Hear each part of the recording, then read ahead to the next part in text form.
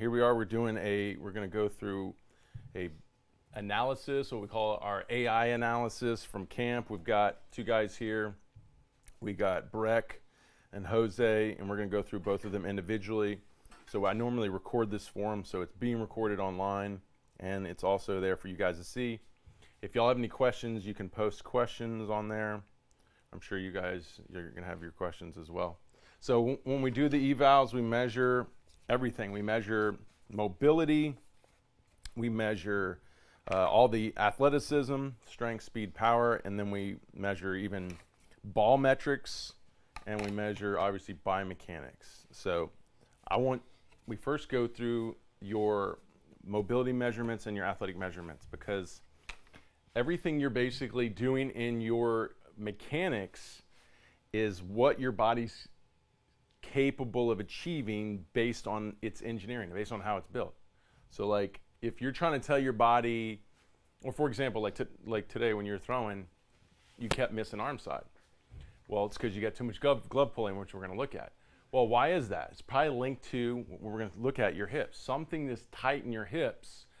And the studies show if your lower half doesn't create the rotational forces, then your upper half has to create the rotational forces. So if you're trying to create a lot of rotational forces in your upper body, there's something in your lower body not allowing you to create the rotational forces.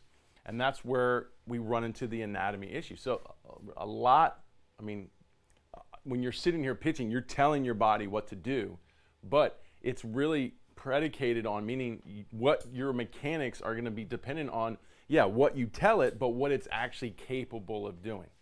Like I could tell my horse to jump, but it's probably not going to jump, 30 feet to get over the ditch, right? Even though I wanted to, but if it can't do that, it's not like I just start screaming at the horse, right? I actually probably need to get a better horse.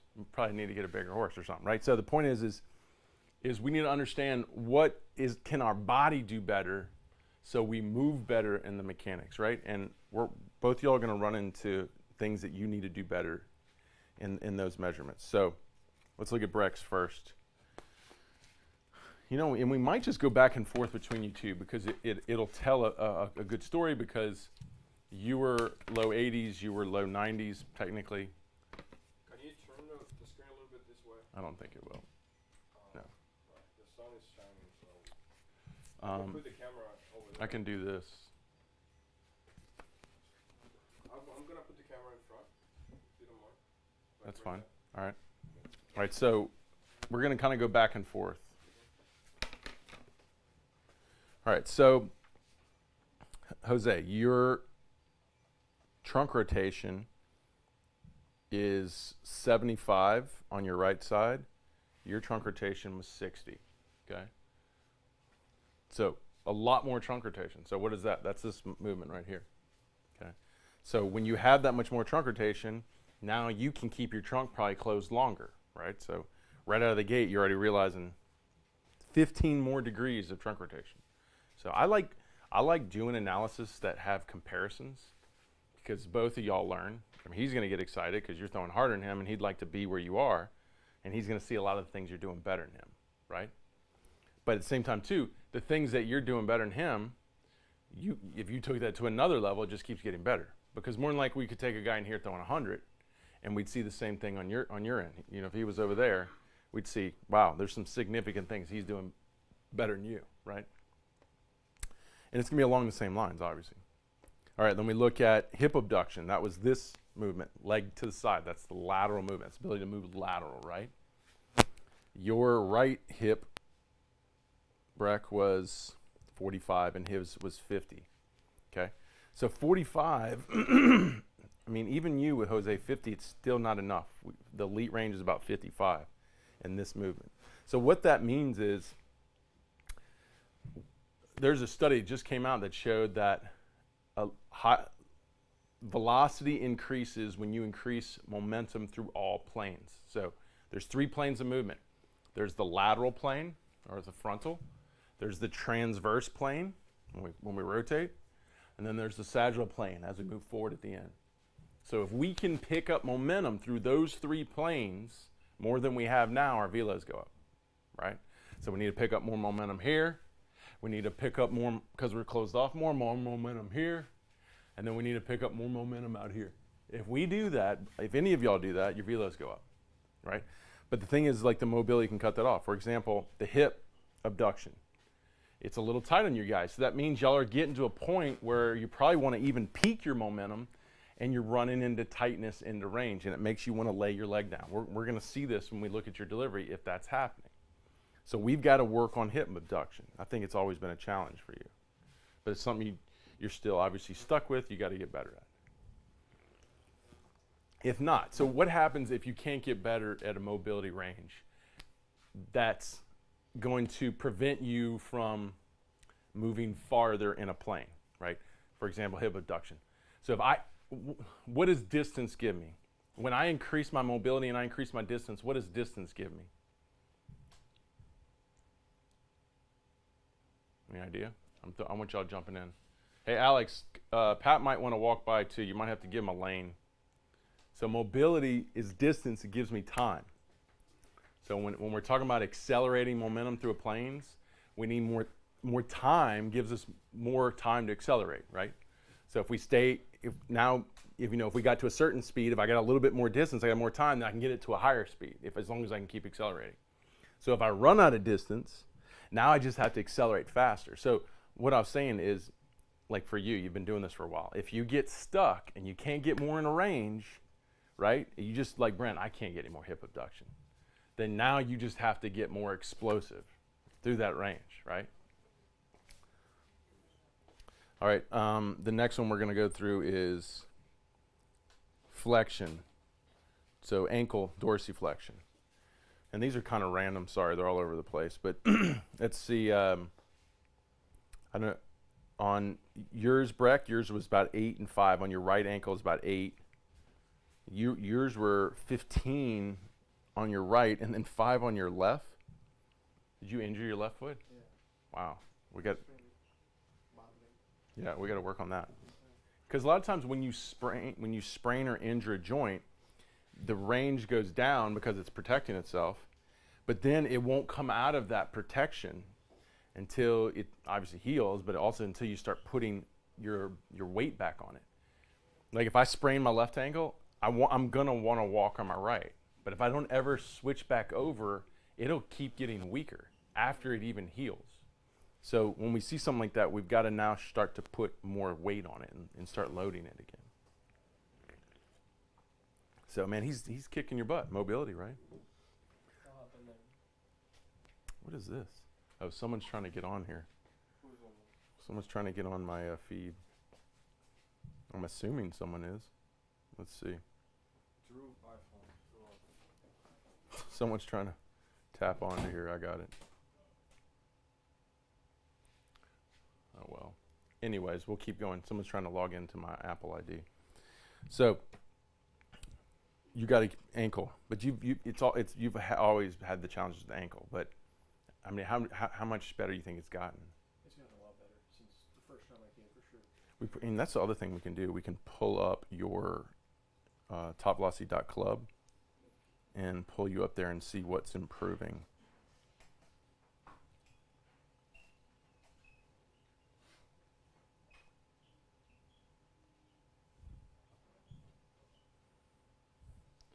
All right, here we go.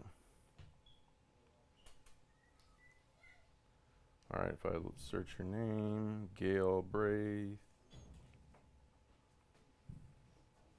Oh, I didn't spell right. Gail. Gail Braith. Yep. All right. Look how much weight have you gained? 30 pounds. That's a big weight gain. All right. But like if we look at your ankles back then, 10, they were a little bit better. So I got to look at your deep squatting. How well are you deep squatting? Right now? Yeah. Pretty good. Yeah. Pretty good. My hip mobility is better than it was before, I believe. Okay, like let's go hip abduction, what we already looked at, is pretty much the same, but you've gotten bigger. So, I mean, I'll keep going through to see if your mobility is getting better. Let me see trunk rotation. You're 50, so your trunk rotation got better. And that's a good component. That's all the hip to shoulder separation work you've done. All right, so let's go hip internal. So for you, Breck, 30, 40 internal. For you, Jose, 30 and 35. So you'll have pretty much similar, and it's not too bad. I mean, internal could get a little more. 40-ish, 45 would be good. That's this movement right here. Okay, so if I'm say just watch the foot, like if I hold this at 90, like obviously that's 90 degrees, that's 0. So if I'm like 40 or 35, then my femur's only turning that far. Well, that's what's going to allow my hip to come around. So if I really want to open my hips, I turn my femur all the way in, and now my hip can open. So if you're tight in that range, which y'all aren't too bad, it will affect how well you can get your hips open. But I think you're going to have, both of y'all are going to have a little issue at getting your hips to open, and that's something that's linked to it. And that's something that in the mobility, obviously, we got to work on a little bit more. Hip flexion on both of you, you're 90, 85, you're 75, 85. So he's got a little more hip flexion than you. We want that full 90 because that's the ability to push the trunk and get over your front leg. Let's see. Your external rotation on your right arm is 112. His is 110. Did y'all do armcare.com? How did that look? You could pull that up too. I just don't have the code on here. Did you see their measurements on that? How? I mean, was the strength? Were you lacking strength in any range? It was 71 from 70. But was his strength ratios off, or were they good? Rex was only had an arm score of 47. He needs 70. Where was he mostly weak? That's what I'm checking now. Yeah, that'll look. But Jose's was good. Yeah, he was 71. Okay, good. So you don't remember, was external rotation or internal rotation strength? No clue. I'm Okay. checking, but Well, that'll be interesting to look at. Yeah, his internal was 1. Well, you see right here, your internal is 22. That's really poor. So it was probably your internal rotation strength. And yours is 45. So, but you bench. I feel like your bench is probably pretty good. Maybe on your bench, maybe you could try, but I wouldn't even do that with bench. It just needs to be more rotator cuff work. Are you doing a lot of rotator cuff work? No. Yeah, you probably need to just amp up more rotator cuff work, specifically internal, because that's too short of a range. And we have too short of an internal rotation range. Now, what's happening is your arm's going to get to end of range, and then you're going to hit that posterior tensioning or tightening, and then your arm's you're going to feel all this stress. It's kind of like it's like you don't really have much time to hit your brakes. You're just going to slam into the wall, and that's when you hit the end of range, and then it can be hard on your labrum. So that's a range you got to at least get to 40, 50, somewhere around there. You're borderline on that. You're like 45. But I thought you said his internal went like 90. No, he was like here, and he went all the way. He was like 140, something like that. Well, here it's Yeah, 45. for Breck, his internal rotation was 50. Okay. And external rotation was 130. But his internal strength was 27. And his external rotation strength was 20. So Okay. And that does a passive measurement, and these are the active measurements. So y'all are still doing the active measurements? these are the active, the ones on the list are passive. Passive means you push them as far as you could go. Oh, no, like passive or that just tells them what they're for. Active is if they're trying to do it. Passive is if they're relaxed and you're pushing them. But those probably are maybe even active too, because you're pushing it, right? Yeah. How does it create the measurement on that? For this one, they put their arm here, and then it just... They do it on their own? Yeah. Then they're both active. But that one got 50 and ours got 22. Mm-hmm. We probably should just go with theirs, just because it's a different tool. Yeah. So probably you don't have to do it there. You could just take it off of there and put it in. All right. So but you said 50 on there, so I feel like, but the strength on his internal was weak? Okay, so just internal strength. You just probably need to do more like Job or tubing work internally. He was still weak, but his external was the weaker of the two. Then it's your external rotation strength. Let me see right there. So your scapation was fine, normal. Your grip was, your grip was slightly low. Your external rotation strength was weak, external and internal rotation strength. So you definitely needed more internal external rotation work, a lot more internal external rotation work. And it's because you're just a thick, big guy. Your big muscles probably make you feel strong, but your smaller muscles internally around the cuff, we got to work those a little bit more. That'll just keep your arm healthier, and that'll help your velo too. All right, so hip extension, 20, 20, 21, 23. Those are borderline, not too bad. And I think that's probably better than when you first came here. Hip extension was 10. Yes, you picked up a lot on that, which means your hips should move a little better. So those are kind of borderline, not too bad. Grip strength on here, our grip strength, 100, 130, 125. Your grip strength's poor. What's your upper body? What's your bench? Yeah, your upper body's weak. We got to get his upper body strong. 100 throwing as hard as you do, that makes me nervous. You feel a little tension in here? Little weakness? Sometimes. Yep, that's why. You're not strong enough. Because specifically in your grip strength, when I squeeze my grip, that's flexor mass. All those muscles in your flexor mass are going off. See them tightening right there? Where do you think the UCL is? You know what the UCL is? It's a ligament. The UCL is, so if I took this flexor mass, it all connects here. I peeled it up, the UCL would be right underneath it. So the point is that is laying over the UCL. So if this is weak, what do you think happens to the UCL? So you're weak at doing this, which is the muscles that lay over the UCL that protect it when it's pulling back. So you want that. I mean, you can easily get that to 150. It's not that hard. But you got to do, like we do fat grips, our fat grip pulls, we do our forearm routines, all that would be key. Yeah, rice buckets. So rotational speed, 1,700. So he's faster in rotation. 225 vertical jumps. Well, let's just go to regular because you're over 225. 3130. So similar leg power, but he's quicker. So your strength is going in because you just broke the record on total body strength at 1060 and he's at 780. So in his verts, y'all say your verts are pretty much the same, except you're bigger. So you are pushing a little power out. But I think you're tapping into strength in there because he's quicker than you. So think about it. If I was engineering myself to throw 100, I'd rather take the speed more than the strength, right?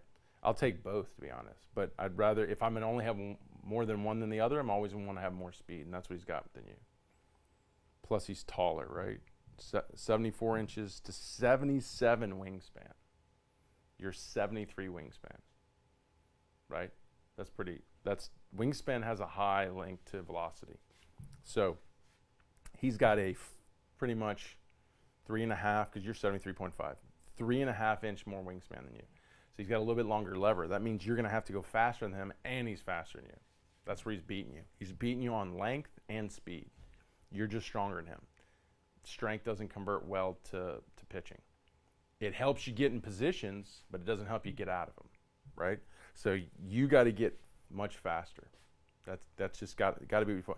And with you, you're so thick. I'd want to lean up to and focus on speed. Like I would want to pull back from my strength, not even pull back. I mean, your strength is just so elite.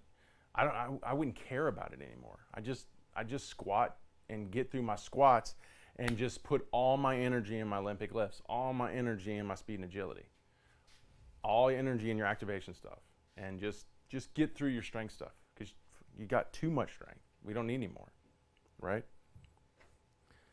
162 10 yard, 165 10 yard. Were you running slow today? I ran out of gas. You're just tired, yeah. But that's an indication you don't train hard enough. Like I was in the season, like I was just doing like I don't know what to stay ready. You got Americanized, right? You got Americanized, didn't he? Am I wrong? He's weak now. You got Americanized. You need to go back to being Dominican again. I'm serious. Americans will make you weak and fat. So you got to go back to working hard again. I mean, that's why you're here, right? Because think about this. You're going to do this workload. Your workload hasn't even been that hard. Your workload needs to go up higher, and it's going to go over for longer periods of time. So your body's still working on the energy and the work it did 3 months ago. So 2 more weeks of this, you're going to be just dragging, right? So you're going to be prepared for that. And then your body's going to start changing and get used to it. And then we're going to a whole other level, right? You can tell them, right? All right, so let's see. Lateral broads, 80, 90, 92. Linear broad, 106, 118. So, I just did this AI thing the other day. Broad vertical jump wasn't even in the top 20 in my data. Broad jump was the one. So I'm learning broad jump is now even more of a velocity component than what I was associating to vertical jump. It's the broad jump. He's got 12 inches more in his broad. He's got 12 inches more in his lateral broads than you. You're pretty elite there, and that's where your velo is. I'd still want to see it go up. I mean, you'd want to throw 100 consistently. Let's go. Let's keep going up. But I think your strength definitely needs to go up. Your upper body strength definitely needs to go up, and then your 10-yard speed can go back up. So I just want you elite across the board, and you're close. You just got to catch up. So the Y balance, that has a high, the Y balance, y'all remember that one? Mm-hmm. That has a high correlation to your ability to use your kinetic chain.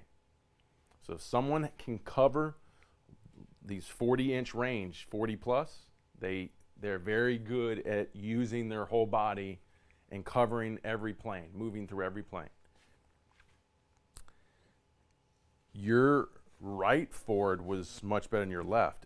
Your left leg is still injured. It's because you injured it. So we got to work on your left leg strength. You probably, you know what?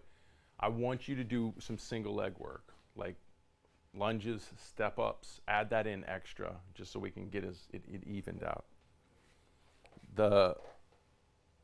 You were 46 this way, and then 30 the other way. That's intriguing. So you have on your right side, you had I don't know why it's 30. It doesn't even look like that might be right. Either way, the one across this way, where you went across like that, that was the one that looked like you struggled with the most. The balance, it was more. Yeah, which is external rotation, which is, we hit it. That's the glute medius. Yeah. That taps into the glute medius. So you're super weak back there, and that's so important, like we were telling you, of sitting here and then hitting front leg and stabilizing. Yesterday I told him that I feel really tight. I sat with that. Can you make sure that's external rotation stretches? Okay. I think external rotation stretching. Yeah, also he told me that he never squat deep. Yeah, and you needed to squat deep a lot. You should just take the bar and go over there and sit as long as you can down there and just sit there. Because that's holding you back a lot, because that's not allowing. So basically, here's the femur head right here. This is this, right? You're weak back here. So basically, it makes it hard for it to go internal. It makes it hard for it to stabilize. So, and this femur head, this movement here is what drives velocity, and you've got some weakness in that. It'd be like having a weak back of your shoulder. You're super weak in Y balance. Like you're struggling in pelvic stability. So you're probably just not doing enough. Here's the theme for you. You've got you're such a large guy. Your big muscles are probably overdeveloped to your smaller muscles. So all your small muscles in your pelvis are weak. All the small muscles in your shoulder are weak. So you need to do more like coordination work, like single leg work, like even standing on like a Bosa ball and work on proprioception. Also too, in your mobility work, like I like what he does with it. He takes the mobility to the other level. It's basically, I mean, we do it, I just don't stress it enough. It's basically getting into these positions and strengthening into those positions. You need to do stuff like that because your small muscles around your joints are way too weak. And that'll set you up for injury, but it also is not going to allow you to control your movements well and be dynamic through your movements. So you need to start getting into your hip capsule and your shoulder capsule with all those little smaller movements and really hitting rotation, you know, and trying to build range and strength and stability through range.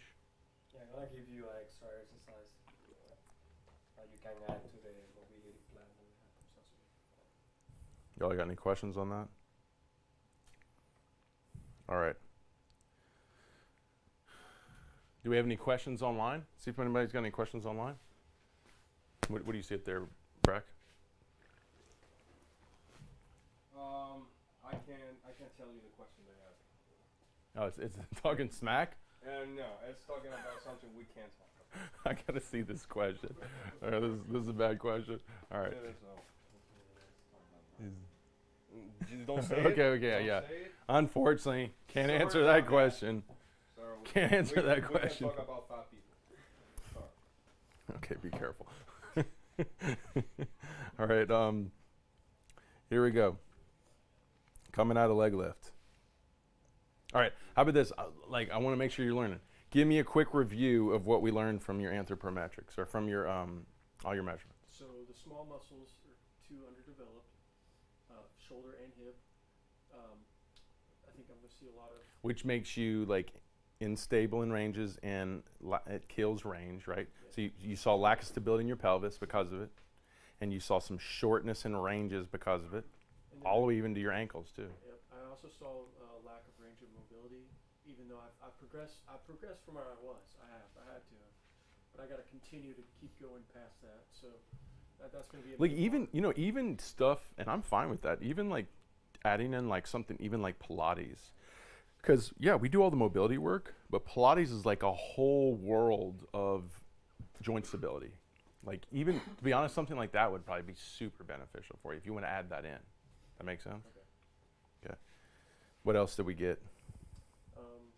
Strength's good. I need to start focusing more on not so much as strength, more of explosive, quick twitch muscles. Yeah, because you got such big muscles. Your explosiveness is not there, and that's just going to be in. You don't have a lot of fast twitch muscle, so what you're going to have to do is you're going to have to overemphasize the explosiveness in your training to take what fast twitch fiber you have and hypertrophy it and grow it as much as you can.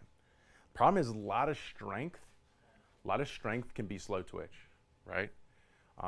Because what it is like it's just a volume muscle with a lot of mass to hold a lot of force, but it's not about how quickly it gets to creating that force. And so it's not so much, I mean, it's hard to go into how it's laid out, but the point is like you really need to like take your training and put more of an emphasis on quickness in everything you do. Because if it's just about, I can put a lot of weight on the bar and move it, well, that doesn't always mean you're moving quickly. It can help that. But at the point you're just so strong now, you need to like, everything you need to do has got to be for explosiveness. Like obsess about it. So right here out of leg lift, you're leaning too far back. So, and you already know you have tightness in that hip here. So now when you lean far back like this, now it's even harder to keep that hip moving forward. So think about it. If this hip has to go forward and down so I can gain flexion and get linear, and then so this has to go to full abduction, go into flexion, and then to add to that, I lean back against it. Now how much harder it is to do that. So the point is out of leg lift, if you go like this, it's like you're literally telling your hip to stop. That makes sense?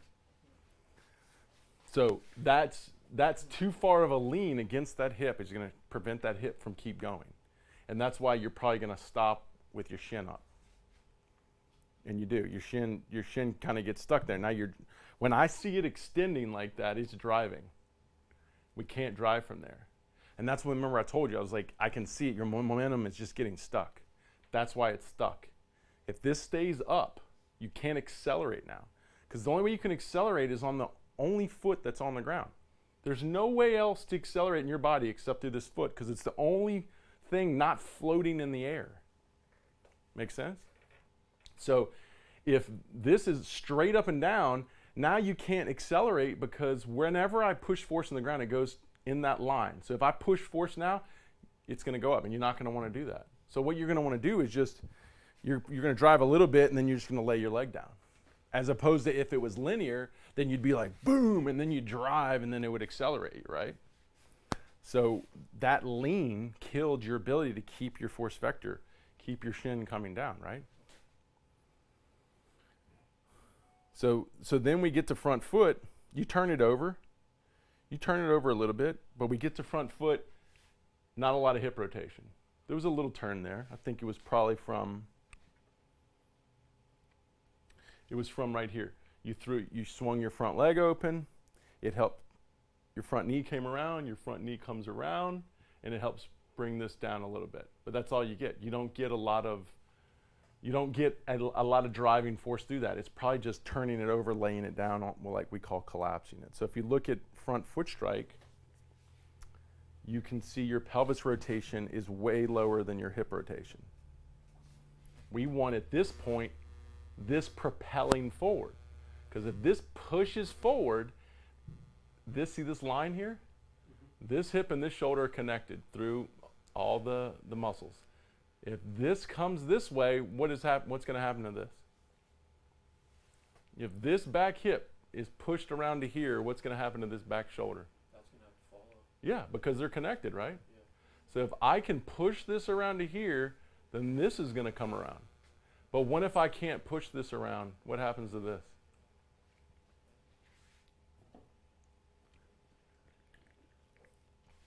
If I can't get enough force to push this back hip around, what happens to this guy? You're going to have to overcompensate to be able Well, how's it going to come around? What the hell is going to help it come around? my other arm. Right. So this arm will pull this shoulder around, and then this shoulder will follow. What do you think's a better way? This coming around to bring this around, or this shoulder swinging around to bring this around? What do you think's better? Definitely the hip going. Right, because this is going to actually go more forward. Because this can't go forward. If it goes forward, this still stays sideways. This has to spin around. It has to pull back here to bring this around. This can push all the way forward, and this will follow, and then this will go forward, which is what we want. We don't want the trunk to be doing this, going this way, right? Why we're trying to do that. You ever seen those Little League pitchers literally like releasing the ball like this? Because they're all upper body, right? So if we fail to collapse this leg or drive this leg and we collapse this leg, this is dead. Now we have to go to this glove, and all we're going to do is just spin, right? And it's not going to create that energy, bring that energy forward. And you can see that's what's happening, because this should be moving much faster. That pelvis rotation should be moving much faster than your torso. Let him come in. He can come in. You can come in. Yeah, come on in. So you can see not a lot of, like we said, so there's very little energy here. And that's like, I always call, like, this is the arm of the whip, and then that's the handle of the whip. If I'm not putting energy in that whip, now I got to go somewhere else to get it. And it doesn't work that well, right? So let's see how it comes forward. So notice when your trunk comes around, there's no forward flexion. So that there's a good chance that this, because this died and wasn't driving, that the glove pulled it around, and that's what happens, right? Because the glove goes like this, so the trunk just stops. Now everything's straight up. We've got to get this trunk forward. So we've got to go to, if we look at forward flexion. So you can see right here at maximum external rotation, your forward flexion is -5 degrees. All right? I would say it's saying it. I would say that's more maximum external rotation. Your forward flexion is -7 degrees. What would be an elite guy? Let's actually pull up. This is where we can pull them both together. We're going to pull up Jose's at the same time. Let's get Jose to the same position. Let's see what looks different.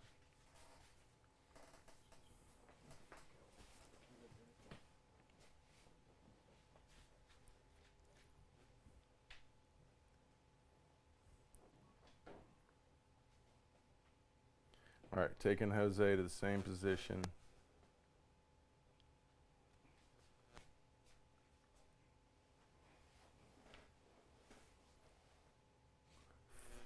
And his isn't even great. This is where you could get much better. But yours is 4 degrees forward, and Breck, yours is -7 degrees forward. So he's got, you know, he's what 12 degrees forward to you, which that's energy, momentum, right? Remember, more momentum through each plane is going to be increased velocity. So now if you are bigger than him, and you could be moving faster than him, but we know he moves faster than you, so this is probably why this is about a 7 mile difference between the two of you. Okay, so where are we going to get this forward momentum? You have to go back into here, and you can't lean so far back to prevent your shin from continuing to line forward, right? And then when you're ready to drive, you actually propel into landing, your hip rotation and your center of mass to then pull your trunk forward. So if your trunk's not going forward, it's because you're collapsing your leg, you're not keeping your momentum, you're not peaking your momentum in your lower half, right?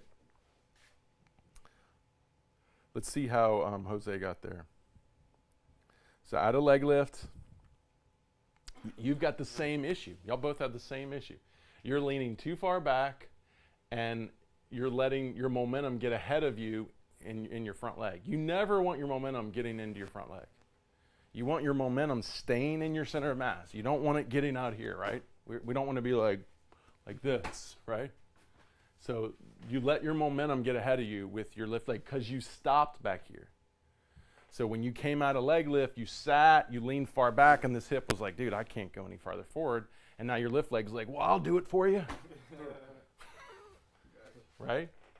So same thing, both of y'all. Y'all got to lift, and you gotta go. Like even practicing that, and like we even get things where you put the blue mat out, and you lift, and you just fall into the mat or whatever. Just do something where you can literally get comfortable with coming out of lift and like you're sprinting, like I'm going, like, whoom, right? Because both of you guys are lifting and stalling out. You're going like this, you're going like this, and we're all stuck back here. We're all stuck back here.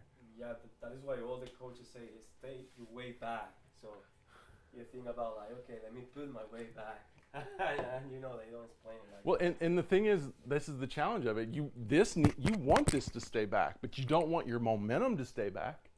You want your momentum going. It's like the whip, right? You want the end of the whip to come back, but you want the handle to go forward. So there's two things here, there's opposing forces. You want this going through, the lower half going forward, and this staying back, so then it launches. You don't want it both staying back, and then you're kicking your legs out, and you're like, oh, right? So similar problems here. So now your lift leg is so far out here that your lift leg is now pulling this off. That's when we're screwed, because now this back hip is going to have a hard time propelling this back shoulder around. So let's see what you do. So you get into landing and you just pull your glove early. So when you land, take this off here. When you land and your glove is tucked like that, that's called early trunk rotation. That's early trunk rotation. Why did it do that? So the problem with early trunk rotation is really hard on the arm, because the arm gets stuck behind the back. Why did this thing do this? Here we go. because the arm gets caught dragging right here. It starts dragging behind the scaps. It's hard on the arm. And 2, you're like you were talking, you're landing and your trunk's open. And when you land, your hips stabilize. Now your trunk has a base to accelerate, but you're already open. So now your release point's here, and you're cocking here. Now you only from here to there to get to your fastest speed, as opposed if you were still back here, you'd have from here to there to get your fastest speed. You'd have all that more distance and time. And so the reason you're doing this is because you stalled, this got ahead, pulled you off, and then this guy was like, oh shit, I gotta help out, right? Yeah. Like so think about, like, that's a 90. If you learn to sit, keep your momentum going, stay closed, land, separate, and then release that energy, dude, that's when it's 100. Right? But both of y'all having the same problem of coming out of leg lift, leaning too hard back, stalling your momentum, and then everything starts to go wrong. Your lift leg gets out of control. I wouldn't say your lift leg gets out of control. You've learned to stay closed, but both of y'all using your upper bodies to try to finish the throw. And then you can tell when momentum stops. You can tell when momentum stops when the elbow has to push in front of the face. So if you're, and it's really hard on the elbow, if you're at front foot strike and you're an elite guy, your trunk should be going all the way through to release, right? That's when you have built a lot of momentum in your body into front foot, and you're loaded against it, and then it pulls all that momentum through. So if my trunk is stopping early because I ran out of energy, and then my elbow has to go down because my release point's here, not up here, because I can't do that this far back. I'm gonna launch it over the catcher. Now my trunk stops, and then my elbow's like shit.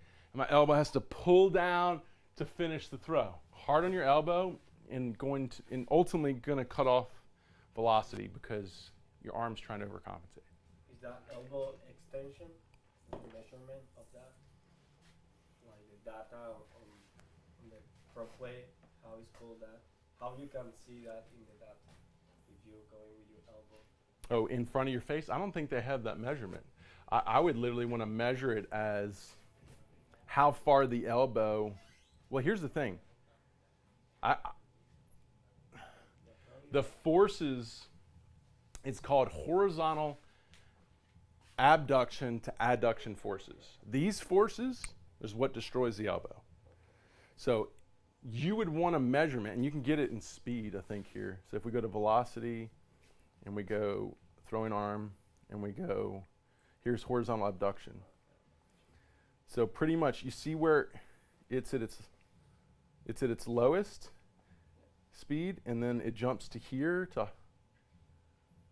Actually, this is probably, because this is before front foot strike. So if we look at this, yeah. So this point right here, this change in speed from here to here is what destroys the elbow. And that's pretty much from, it's more aggressive back here. Okay, so it's horizontal. So it's hard to understand because your trunk's rotating. If my trunk wasn't rotating, or we could watch this video where the camera's right square up to the trunk, which would be weird because the trunk's rotating. Your arm would literally go back here and then go like this. Boom, right? A guy who has very little amount can throw very hard and will be very healthy because when he rotates, the elbow and shoulder stay together, right? He'll pull it back when he cocks, but right when he goes into rotation, it'll pull up. So that's the most he'll experience. And then as it goes, it lays back, and then the trunk carries through. It stays connected to the trunk the whole time because the trunk's doing the work. But once the trunk stops doing the work, now the elbow starts doing the work. Whew. This is what destroys out. This is Tommy John right here. This is Tommy John. If you want to have Tommy John, you throw 100 miles an hour going like this and like that, and you'll have Tommy John like that. right? So the point is if you land and you pull this early, it creates what we call hyperangulation. What it does is it creates the trunk trying to rotate so quickly because your arm pulled it down, and your arm's already starting behind. Your arm's like, I can't keep up with that, and it just gets ripped off. So you want to prevent Tommy John, you prevent early trunk, you prevent arm drag, you prevent arm push. You try to keep these two in sync, and you deliver it with your trunk, not your arm. That's just for your arm health. But it's still, the trunk drives, 86% of the energy that goes to the ball comes from the trunk. So when I see someone land, and like this, when I see someone land, when the trunk is ready to accelerate, we just look at it here. Let's go trunk rotation. If we go to trunk rotation, so trunk,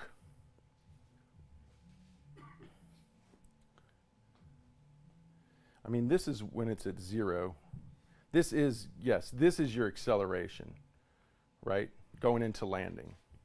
Notice how your front foot's still off the ground, and now it starts to slow down. So that means your front foot should have landed a little earlier, and that's because it kicked. So the point is, when the front foot lands, to be more correct, that's when the trunk hits its peak speed. So if you're already pulling, you can see that dip. You see this little dip in speed here? See the little dip in the trunk speed? It should have been like, whoom. When you hit, you had already pulled it, and it actually slowed down your energy. It threw off your energy. It went more to your arm at that point. So if you would have landed closed here, you would have been able to keep that trunk peaking going forward. So yours is out of sync. That's why the energy goes up and then down and then back up again. So you're not efficiently, because that's what the kinetic chain is. The kinetic chain is the body, and it's building energy, like right here. You can kind of see it here. Okay, you can kind of see it here. We would have to scale it. So this is your pelvis, right, the green. This dotted line is your torso, and then your shoulder internal rotation. It's like a wave. Here's the first wave, your pelvis, okay? Okay, you see that? See it kind of peaked here? It should have done this, peak and then down, and then that launches this wave, the torso wave. Then the torso wave comes up. You can kind of see it coming up right here, and then that launches the internal rotation wave. So if you're building it perfectly, you would push the pelvis, and it would go into a wave, and at the peak of its wave, it would then push the torso. And then at the peak of its wave, it would push the arm. Problem is you've got like peaks and valleys. So your waves are going up and coming down and up and down, and we call that herky-jerky. So if we could take all the energy in your body that we measured, and we can efficiently build it up, we'd get to 100 miles an hour way easier than you're doing it right now. That makes sense? Yes. You too. So I think the killer for you was you leaned too hard back, you stalled out here, you didn't keep your momentum going, your lift leg got ahead of you because of it. That caused you to pull early, so you landed open, shoulders open, your trunk stopped early, and then you tried to push the ball at the end. And also too, this is why, remember, you kept missing the glove side. If you're gonna land and pull your glove, where do you think you're gonna miss? Every time. As opposed to, that's why when I took you, I said slightly close. Now that helped you probably on that one too. Maybe if we'd have shown it before, it'd have been even more pulled. Just you slightly turning, all of a sudden your ball went right to the target, right? Because it forced you to not be as pulled open. But the point is we can't even allow that to happen. We can't be a glove puller. Sorry, could you say that? Because if we're a glove puller, it's going to kill velo, it's going to be hard on our arm, and it's going to kill command. Literally, glove pulling throws everything off. Throws the arm out of sync with the trunk. It throws the ball to one side of the target, and it cuts a lot of the energy going forward. I don't even know why anyone teaches glove pulling, any type of glove pulling. It's got to come from the hips. Remember, If the hips create the rotational forces, the upper body doesn't have to. Does that make sense? If this goes like this, the upper body will just go, well, that energy's now in my body, I'm just gonna release it. But if you land and the hips don't do that and they land like this, your upper body's like, well, shit, now I have to create those forces. And it's a complete different way of creating those rotational forces, and you get a different result because of it. So you've got to keep your momentum going. You got to stay closed. You got to separate hips and shoulders as you peak your drives to drive your hips. And then that should carry your trunk farther, faster, and more forward, both of y'all. Questions? Where did you build my glove right there? Let's see if we can get Cody. It should be like Yeah, it should still be here like this. Yeah. I have somebody here that I can show you. Yeah, I know. Who is it? Yeah, that's how it should be. Yep. This is the land, where he is, and the look is strong. Here, it's not easily downloadable. 99 miles. I'm gonna show you. I've been putting a lot of it in. Alex, you can kill it. All right, guys. Thanks for watching the stream. If you have any questions, post it here. All this information came out of the 3X Velocity Camp. Still don't know where to train this summer?